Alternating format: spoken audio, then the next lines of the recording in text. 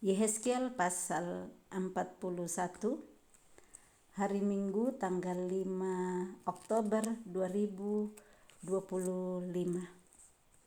Kita akan melanjutkan masih di perikop yang sama di Yehezkiel 40, 2 hari lalu kita baca, yaitu perikop bait suci yang baru. Kemudian dibawanya aku ke dalam ruang besar bait suci, dan ia mengukur tiang temboknya, yang sebelah sini 6 hasta tebalnya, dan yang sebelah sana 6 hasta juga. Jadi ini masih lanjutan dari Yehezkiel pasal 40 tentang zaman baru, di mana Tuhan memperlihatkan di Yehezkiel 40 pintu-pintu gerbang dan pelataran-pelataran bait suci yang baru, di mana Tuhan membawa Yehezkiel dari satu tempat ke tempat yang lain di dalam bait suci yang baru nantinya. Jadi belum ada, tetapi sudah diperlihatkan terlebih dahulu kepada Yehezkiel. Nah, kita sudah baca kemarin, khususnya di bukan kemarin ya, 2 hari lalu, karena kemarin kita pembacaannya Matius 28. 2 hari lalu itu kita baca di Yehezkiel pasal 40 bahwa di ayat keempat, orang yang dilihat oleh Yehezkiel itu, yang mana Tuhan bawa dia, kekuasaan Tuhan meliputi dia, dibawa di dalam penglihatan ilahi ke tanah Israel, yang ditaruh di atas sebuah gunung yang tinggi. Yehezkiel dibawa di atas sebuah gunung yang tinggi sekali, dan di sana dia melihat di hadapannya ada yang menyerupai bentuk kota. Nah, Tuhan bawa Yehezkiel ke situ, dan di situ Yehezkiel melihat seorang yang kelihatan seperti tembaga, dan di tangannya ada tali lenan beserta tongkat pengukur. Kita sudah baca bersama-sama untuk mengingatkan kembali, dan di situ kita ingat yang penting di ayat keempat, bahwa orang itu berbicara kepada Yehezkiel, "Hai anak manusia, lihatlah dengan teliti, dan dengarlah dengan sungguh-sungguh, dan perhatikanlah baik-baik segala sesuatu yang akan kuperlihatkan kepadamu. Sebab untuk itulah engkau dibawa kemari, supaya aku memperlihatkan semuanya itu kepadamu. Beritahukanlah segala sesuatu yang kau lihat itu kepada kaum Israel." Jadi tujuan Tuhan membawa Yehezkiel ke atas gunung yang tinggi itu di dalam penglihatan ilahi, supaya dia lihat dengan teliti, supaya dia dengar dengan sungguh-sungguh saat diberitahukan, supaya memperhatikan baik-baik segala sesuatu yang diperlihatkan, yang akan diperlihatkan kepadanya. Nah, kita sudah lihat, kita sudah baca bersama, sudah ada banyak bagian-bagian di pintu gerbang, pelataran-pelataran bait suci yang baru itu yang diperlihatkan kepadanya. Nah, sekarang dia dibawa ke dalam ruang besar bait suci. Jadi dibawa masuk lagi. Ada gambar-gambar yang kita bisa lihat, bisa dapatkan, nanti saya bisa bagi di grup ya. Itu ada gambar-gambar di mana penjelasannya kita bisa lebih ngerti di bagian mana ini pelataran, mana pintu gerbang, mana bagian dalam, ada semuanya, nanti bisa dilihat di sana. Nah, kita lanjut dulu ayat yang kedua. Lebar pintu itu adalah 10 hasta. Nah, 10 hasta ini kalau kita lihat, saya coba cari berapa, kalau 1 hasta itu sama dengan 45,72 cm. Jadi sama dengan 0,4572 meter kalau 1 hasta. Nah, jadi kita tinggal kali-kali saja untuk tahu berapa meter lebarnya, berapa meter panjangnya dengan ukuran hasta yang dipakai di sini. Tinggal kalau mau masukkan dengan sentimeter atau meter, karena kita lebih gampang ngerti di situ. Nah, saya ulang, lebar pintu itu adalah 10 hasta, dan lebar dinding sampingnya adalah 5 hasta sebelah sini dan 5 hasta sebelah sana. Panjang ruang besar diukur juga 40 hasta dan lebarnya 20 hasta. Lalu ia sampai ke ruang dalam. Ia mengukur tiang temboknya, tebalnya 2 hasta dan lebar pintu sendiri 6 hasta dan lebar dinding sampingnya 7 hasta sebelah sini dan 7 hasta sebelah sana. Semua diukur, tidak ada yang terkecuali. Sangat teliti, diperhatikan pintunya semua, lebarnya, panjangnya, tingginya, semua diukur. Ayat 4, ia mengukur panjang ruang dalam itu 20 hasta dan lebarnya 20 hasta sesuai dengan lebar ruang besar. Lalu ia berkata kepadaku, inilah tempat Maha Kudus.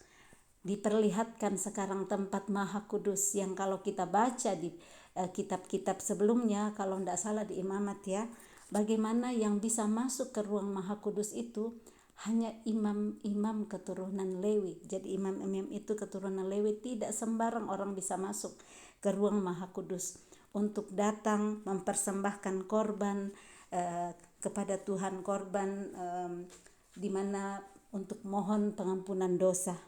Nah, kita bersyukur hari ini kita nggak perlu lewat imam lagi untuk masuk ke ruang Maha Kudus. Kita bisa langsung menghadap Bapa ke tahtanya Maha Kudus, di hadapannya, di kamar kita masing-masing, di tempat tidur kita, di kantor kita, di dapur kita, di saat kita jalan-jalan, kita bisa datang dengan sujud hati kita yang menyembah Dia, datang kepada Bapa melalui pengorbanan darah anak domba, yaitu Yesus. Nggak perlu lagi setiap tahun membawa domba-domba korban untuk dipersembahkan, karena satu kali anak domba yaitu Yesus sudah mati, sudah disembelih, menyerahkan nyawanya untuk kita. Sesuai dengan pembacaan kita di Matius 27 yang sudah lewat, bagaimana Yesus sudah menyerahkan nyawanya. Dia mati, disalibkan, dia disiksa sebelumnya, dihina, diolok-olok. Semuanya itu supaya kita bisa mendapatkan jalan langsung kepada Bapa. Kita tidak perlu lagi seperti yang dilakukan di zaman perjanjian lama, tetapi kita bisa langsung datang kepada Bapa. Dia adalah jalan dan kebenaran dan hidup, adalah Yesus satu-satunya jalan supaya kita bisa sampai masuk langsung di tempat Maha Kudus yang sekarang ini diperlihatkan di dalam pembacaan kita kepada Yehezkiel. Jadi kita mendapat anugerah, kita di zaman anugerah, zaman kasih karunia, yang kita bisa langsung kepada Bapa melalui Yesus. Kenapa saat kita berdoa kita selalu bilang di dalam nama Tuhan Yesus? Karena di dalam nama Tuhan Yesus kita sampai kepada Bapa. Dia adalah jalan, dia adalah kebenaran dan hidup untuk sampai kepada Bapa. Nah, ini tempat Maha Kudus ditunjukkan kepada Dia untuk kita ngerti bagaimana dulu zaman perjanjian lama untuk menghadap kepada Bapa untuk mohon ampunan dosa, mereka perlu persembahkan korban, dan ada orang-orang tertentu yang bisa melakukan itu, tidak sembarang orang. Ayat yang kelima, kemudian ia mengukur dinding bait suci itu 6 hasta tebalnya, dan lebar kamar tambahan yang terdapat di sekeliling bait suci itu 4 hasta. Kamar-kamar tambahan itu ada 3 tingkat, dan pada satu tingkat terdapat 30 kamar. Banyak sekali ini ya. Kamar-kamar tambahan ada 3 tingkat, jadi bersusun. Dan pada satu tingkat terdapat 30 kamar. Berarti kalau 3 tingkat berapa kamar yang ada? Tinggal kali 3 ya. 90 kamar nih kalau saya ngerti. Karena saya ulang, kamar-kamar tambahan itu ada 3 tingkat. Dan pada satu tingkat terdapat 30 kamar. Jadi 90 kamar ya kalau saya ngerti.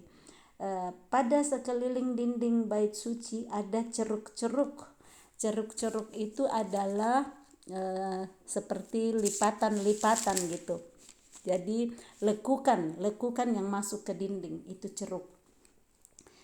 Pada sekeliling dinding bait suci ada ceruk-ceruk ya, lekukan yang masuk ke dinding untuk mengokohkan kamar-kamar tambahan itu. Sebab kamar-kamar ini tidak digabungkan pada dinding bait suci. Dan kamar-kamar tambahan semakin lebih besar dari tingkat pertama sampai tingkat ketiga, selaras dengan bertambah besarnya ceruk-ceruk pada tiap tingkat sekeliling bait suci itu. Jadi kamar-kamar tambahan itu dari tingkat semakin naik ya, semakin besar pada saat semakin tinggi tingkatannya. Jadi ada tingkat pertama, tingkat kedua, tingkat ketiga. Nah, tingkat ketiga itu yang saya ngerti di sini kamar tambahannya makin lebih besar. Lanjut, ada tangga menuju ke atas, dan dengan demikian orang dapat naik dari tingkat bawah ke tingkat atas melalui tingkat tengah. Untuk bisa sampai di atas ada tangga, satu tangga ke tangga berikut, ke tangga berikut. Kita bisa lihat dalam perjalanan hidup, untuk kita bisa sampai di atas yang tangga bangunan ketiga ini ya, tingkat ketiga ini, pasti harus lebih dulu lewat dari tingkat pertama. Tingkat pertama naik tingkat 2, baru naik tingkat 3. Tidak pernah ada di dalam hidup yang orang langsung di tingkat 3. Selalu melewati proses, selalu melewati dulu bagian bawah, dasar dulu, baru naik sedikit demi sedikit. Tangga-tangga itu menggambarkan step by step perjalanan hidup.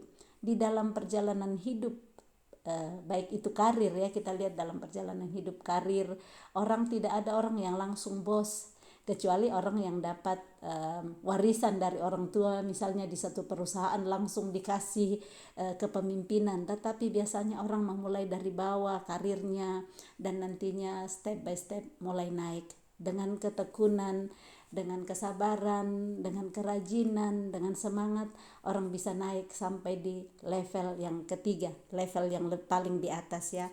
Seperti itu juga di dalam kerohanian kita. Untuk semakin dekat dengan Tuhan, pasti kita perlu mulai dari bawah, belajar dari awal, mempelajari semua, mengerti apa maksud Tuhan dalam kehidupan kita. Dan itu perlu usaha, tidak datang begitu saja. Kita bilang ya saya berdoa saja dan nanti saya bisa ngerti. Kita ingat pembacaan di Matius 13 tentang kisah perumpamaan tentang penabur. Benih firman Tuhan itu ditabur, dan ada jenis-jenis tanah hati. Ada yang jatuh di tanah yang pinggir jalan yang keras, tanah berbatu, tanah berduri, dan tanah yang baik. Jadi itu perlu dikerjakan tanah hati kita, untuk kita ngerti, untuk kita semakin membangun kerohanian kita untuk semakin dekat kepada Tuhan. Satu-satunya jalan adalah tanah hati kita siap untuk ditaburi dengan firman Tuhan setiap hari. Perlu melatih diri kita belajar terus mencari kebenaran Tuhan, dan satu-satunya yang bisa tolong kita hanya Roh Kudus. Hanya Roh Kudus yang bisa membukakan pengertian-pengertian supaya firman Tuhan yang kita dengar gak dicuri oleh burung-burung. Kalau kita ingat pembacaan kita ya, bagaimana itu di tanah yang keras, benih ditabur tetapi gak ada yang masuk, dicuri oleh burung. Kenapa? Yesus jelaskan, karena tidak mengerti.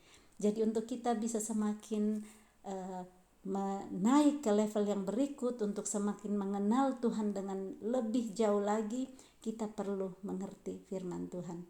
Dan untuk ngerti, baca dulu, ada kerinduan untuk baca, minta tuntunan Roh Kudus untuk memberikan pengertian sesuai dengan kehendaknya, bukan pengertian kita sendiri, bukan mau-mau kita sendiri untuk mengerti apa yang Tuhan mau, tetapi Roh Kudus yang akan menuntun dan mengajari kita segala sesuatu.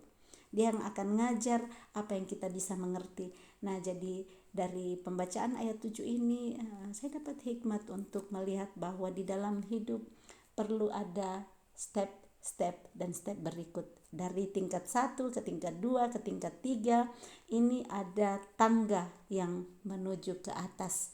Jadi kalau kita mau untuk naik ke atas, kita perlu lewati tangga demi tangga. Nah, kalau mau lompat, kadang kan kita mau cepat-cepat. Coba bayangkan kalau ada tangga di atas, kita mau langsung di atas, kaki bisa patah atau bisa sakit. Atau ya mungkin ada orang yang ambil cara lain ya, saya kan bisa pakai apakah namanya itu, pakai pesawat kan naik untuk bisa langsung di atas. Tetapi yang Tuhan ajar, kita mulai dari bawah dan belajar sedikit demi sedikit, naik dan naik sampai tiba di atas tingkat 3 di dalam pembacaan kita hari ini. Ayat 8, Aku melihat bahwa alas bait suci itu lebih tinggi dari sekelilingnya. Dasar kamar-kamar tambahan itu berukuran 1 tongkat penuh, yaitu tingginya 6 hasta. Tebal dinding yang sebelah luar kamar tambahan adalah 5 hasta. Lebar bagian alas bait suci yang dibiarkan kosong adalah 5 hasta. Di antara alas bangunan itu dan bilik-bilik ada jarak 20 hasta sekeliling bangunan itu. Dan pintu-pintu kamar tambahan keluar ke bagian yang kosong itu, 1 pintu di sebelah utara dan 1 pintu di sebelah selatan. Dan lebar tempat yang kosong itu adalah 5 hasta sekeliling. Sampai bagian yang kosong pun diperlihatkan, semua dijelaskan kepada Yehezkiel. Diperlihatkan dan dijelaskan tujuannya apa, supaya Yehezkiel mengerti. Dan setelah Yehezkiel mengerti, dia gak simpan untuk dia sendiri, tetapi Tuhan minta supaya dia beritahukan segala sesuatu yang dia lihat itu kepada kaum Israel. Ayat 12, bangunan yang terdapat di lapangan tertutup yang di sebelah barat lebarnya 70 hasta, sedang dinding yang mengelilinginya tebalnya 5 hasta dan panjangnya 90 hasta. Ayat 13, lalu ia mengukur bait suci itu 100 hasta panjangnya dan lapangan tertutup bersama bangunan dan dindingnya 100 hasta juga. Begitu juga lebarnya muka bait suci bersama lapangan tertutup sebelah timur 100 hasta. Kemudian ia mengukur panjang bangunan yang terdapat di lapangan tertutup sebelah barat bersama serambi-serambinya di kedua belah 100 hasta. Ruang besar, ruang dalam dan balai luar ditutupi dengan papan, dan sekeliling ketiga ruang itu ada jendela-jendela yang berbidai dan serambi-serambi. Di hadapan ambang itu seluruh bait suci ditutupi dengan papan, mulai dari lantai sampai ke jendela-jendelanya, sedang jendela-jendela itu terlindung sampai bagian atas pintu dan ruang dalam dan juga di luar. Dan di seluruh dinding bagian dalam dan bagian luar terukir gambar-gambar kerup dan pohon-pohon korma, di antara 2 kerup sebatang pohon korma, dan masing-masing kerup itu mempunyai 2 muka. Dari sebelah yang satu muka manusia, dan dari sebelah yang lain muka singa yang menghadap ke pohon korma itu. Dan begitulah dibuat di seluruh bait suci, dari lantai sampai ke atas pintu terukir kerup-kerup dan pohon-pohon korma pada dinding. Kita sudah baca di pembacaan Yehezkiel 40 sebelumnya bahwa di dinding-dinding itu yang ditaruh semua adalah pohon-pohon korma.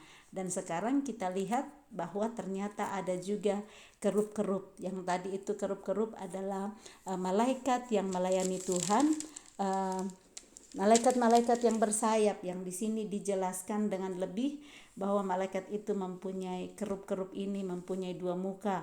Nah, muka yang sebelah satu itu muka manusia dan sebelah yang lain muka singa. Nah, muka bagian yang seperti singa inilah yang di dalam gambar menghadap ke pohon korma, dan di seluruh bait suci semuanya seperti itu.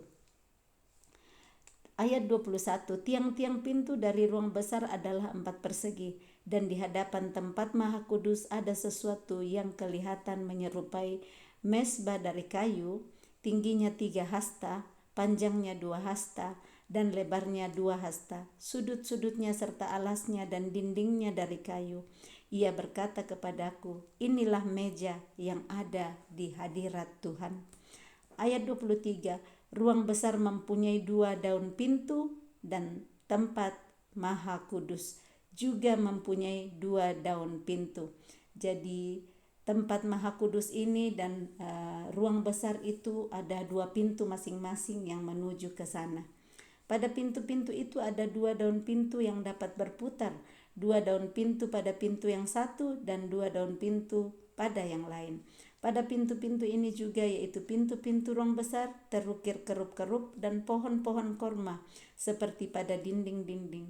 Di muka balai bait suci itu, yaitu di luar, ada tangga kayu. Pada kedua dinding samping dari balai itu ada jendela-jendela yang berbidai dan ukiran pohon-pohon korma. Amin. Nah, ini yang diperlihatkan lagi kepada Yehezkiel Di ruang besar bait suci diperlihatkan ruangan Maha Kudus, tempat Maha Kudus, dan semuanya dijelaskan satu persatu, gambar-gambarnya diperlihatkan, dijelaskan, dan kenapa di awal sudah dikasih tahu supaya Yehezkel melihat dengan teliti semuanya, mendengar dengan teliti saat diberitahukan, dan dia diminta memperhatikan baik-baik segala sesuatunya ini. Nah, kita lihat di sini bagaimana ada pintu-pintu yang menutupi, memisahkan satu tempat dengan tempat yang lain, dan khusus untuk ruang besar mempunyai 2 daun pintu, dan tempat Maha Kudus juga mempunyai mempunyai 2 daun pintu. Kita lihat Tuhan sangat menjaga dan menghormati kekudusannya. Tuhan bilang di firman-firman yang lainnya bahwa hendaklah kamu kudus sebab aku kudus. Tuhan mau kita terus menguduskan hidup kita sebagai bait sucinya Tuhan. Di setiap bilik-bilik yang ada di dalam hati kita, di dalam hidup kita, kita bisa lihat gambaran seperti ini. Bagaimana kita harus terus menguduskan setiap bagian-bagian tubuh kita. Di setiap ukuran-ukuran yang ada, mungkin panjang tangan kita berapa hasta ya, ini kan hasta dipakai berapa panjangnya, berapa lebarnya, ukuran jari-jari kita, ukuran mata kita, telinga kita, semuanya baik kita kuduskan satu persatu. Jadi keseluruhan anggota tubuh kita baik kita persembahkan sebagai persembahan yang hidup, yang kudus, dan yang berkenan kepada Tuhan. Roma 12 ayat 1 menuliskan di sana bagaimana Rasul Paulus mengajarkan kepada jemaat di Roma tentang persembahan yang kudus. Karena tadi juga kita lihat ya, ada meja di hadapan Tuhan tadi, ayat yang ke-22. Meja yang ada di hadirat Tuhan, meja yang dipakai untuk mempersembahkan korban. Nah, hari ini kita tidak perlu mempersembahkan korban lagi dengan bentuk binatang, tetapi Tuhan mau kita mempersembahkan hidup kita sebagai persembahan yang hidup. Saya bacakan di Roma 12 ayat 1. Ini adalah persembahan yang benar. Karena itu saudara-saudara, demi kemurahan Allah, aku menasihati kamu, supaya kamu mempersembahkan tubuhmu sebagai persembahan yang hidup, yang kudus, dan yang berkenan kepada Allah. Itu adalah ibadahmu yang sejati. Mari hari ini kita enggak harus lagi mempersembahkan beli domba, harus diantar ke imam-imam, tetapi sekarang kita beli hati kita, serahkan kepada Tuhan. Hati kita, seluruh hidup kita, kita kuduskan. Saat firman Tuhan ngajarin kita menguduskan telinga kita, segera kuduskan. Gak usah sibuk pasang telinga untuk dengar gosip-gosip di luaran sana, untuk dengar cerita-cerita jelek tentang orang lain, tetapi kuduskan telinga kita setiap hari. Aku mau kuduskan supaya yang aku dengar hanya yang baik, yang bisa memuliakan Tuhan. Saya gak sibuk urus cerita-cerita orang yang menjelekkan orang lain, tetapi saya mau mendengar hal-hal yang bisa membangkitkan iman saya, kebenaran firman Tuhan. Iman timbul dari pendengaran akan firman Tuhan. Saat kita terus melatih telinga kita seperti itu, tubuh kita, anggota tubuh yaitu telinga, kita persembahkan sebagai persembahan yang hidup dan kudus kepada Tuhan. Kita mulai latih mata kita untuk tidak melihat kejelekan orang lain. Kita mulai cari apa yang kita bisa puji dan syukuri dalam hidup, daripada cari terus yang kita tidak bersyukur. Begitu banyaknya yang kita bisa syukuri di hidup, tetapi itu adalah pilihan. Maukah saya melihat yang saya bisa syukuri, atau saya cari terus yang saya tidak bisa syukuri?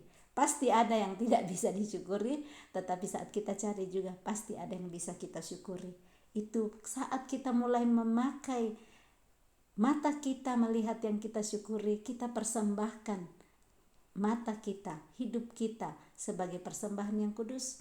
Pakai mulut kita untuk memperkatakan yang baik, yang benar, yang patut kita puji, yang memuliakan Tuhan. Itu adalah persembahan yang kudus dan hidup kepada Tuhan.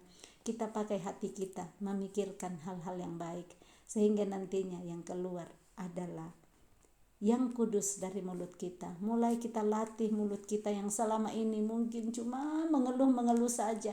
Lihat yang tidak baiknya dalam hidup kita. Roh Kudus sanggup menolong kita, tetapi Roh Kudus gak bisa paksa kita untuk lakukan. Kita yang harus milih, kita yang harus bekerja sama dengan Roh Kudus untuk berkata, hari ini Tuhan, aku mau bersyukur untuk hidupku. Hari ini aku mau menyerahkan seluruh anggota tubuhku untuk Engkau pakai menjadi persembahan yang kudus bagi Engkau. Aku gak akan cari lagi yang gak bagus di hidupku. Aku mulai cari sesedikit apapun yang bisa aku syukuri. Aku mau syukuri hidupku hari ini. Dan di sanalah nantinya kita bisa masuk di dalam tempat Maha Kudus, dan Bapa akan melihat persembahan hidup kita. Persembahan yang menyenangkan hati Dia, yaitu mempersembahkan tubuh kita, seluruh anggota tubuh kita. Kita berjalan ke tempat yang benar, enggak pergi di tempat orang-orang yang kita tahu nanti di sana malah akan membuat saya tercemar. Tahanlah langkahku di sana. Pakai tanganku. Ini sekarang tangan bisa tinggal di rumah tapi tangannya bisa membunuh orang. Caranya gimana? Pakai jari-jari untuk ketik-ketik, taruh di status, kirimin orang, WhatsApp atau IG yang melukai hati orang, yang bisa membunuh orang. Hati-hati dengan seluruh anggota tubuh kita. Kuduskan terus Roh Kudus yang akan nuntun kita untuk berubah, karena yang dirindukan oleh Tuhan adalah kita mendengar kebenaran firman-Nya, dan saat firman Tuhan mengajari kita, menyatakan kesalahan kita, menuntun kita untuk mengubahkan tingkah laku yang lama, akan mengajari kita untuk hidup seturut dengan kehendak-Nya. Itu tujuan kita, kenapa kita terus mencari kebenaran firman Tuhan, lapar dan haus supaya Tuhan ubahkan hidup kita yang lama menjadi hidup yang baru, yang semakin serupa dengan Kristus. Selamat hari Minggu, Tuhan Yesus memberkati. Selamat bersama-sama untuk menyambut uluran tangan Tuhan untuk menolong kita untuk berubah. Salam kasih, Tuhan Yesus memberkati. Shalom.